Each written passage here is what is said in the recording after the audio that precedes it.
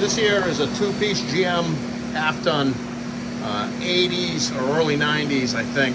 It's for Richard Collector. Richard's a long-time customer of mine. I mean, long time. As he pointed out when he called me, and his daughter, this is her plow truck, and she Facebook messengered me something to the effect of, "My dad had work done by you a long time ago." So, yeah, my birthday's coming right up, and I'm officially older than dirt, so that's perfect. So, and Mike's father, Richard's father, Mike, was the original Snap-on guy around here, or he's my original Snap-on guy, and like his daughter said, a long time ago. So, and yeah, he was a rig too. So, anyways, drive shaft rescue. This is the plow truck shaft, and it just got rusty. It ripped the midship stuff off right there. That's the piece that ripped off, and of course that was all wadded up. And then the back section, this was the back section, and right there was a hole that I made with my fingernail, so obviously that needed to be redone. So I made the back section, duplicated the length of the back section, rescued the midship stub and the slip yoke, midship stub, slip yoke, and one weld yoke made the trip. This is one of those GM trucks that they built with 1330 series, which is not common in GM products.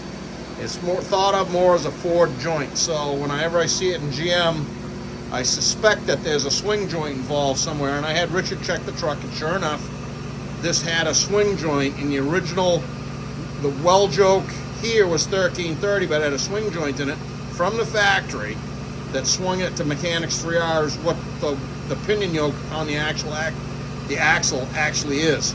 So I skipped that whole mess. I don't like swing joints unless there's any other way.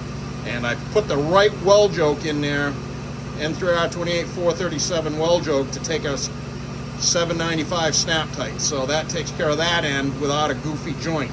So that's a win. The whole thing's a win. But, so, snap tight there, 795 mechanics 3R, 1330 snap tight there. Rescued, sandblasted with a midship stub.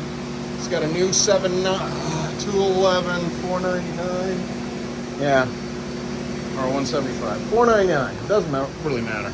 Happy bearing on there, and I dug in the world depository of orphan boots and slingers to find the right slinger for that spinny thing right there, and not boots from Williams Brothers. Boots from Williams Brothers is way more fun than those guys. So she's tuned up.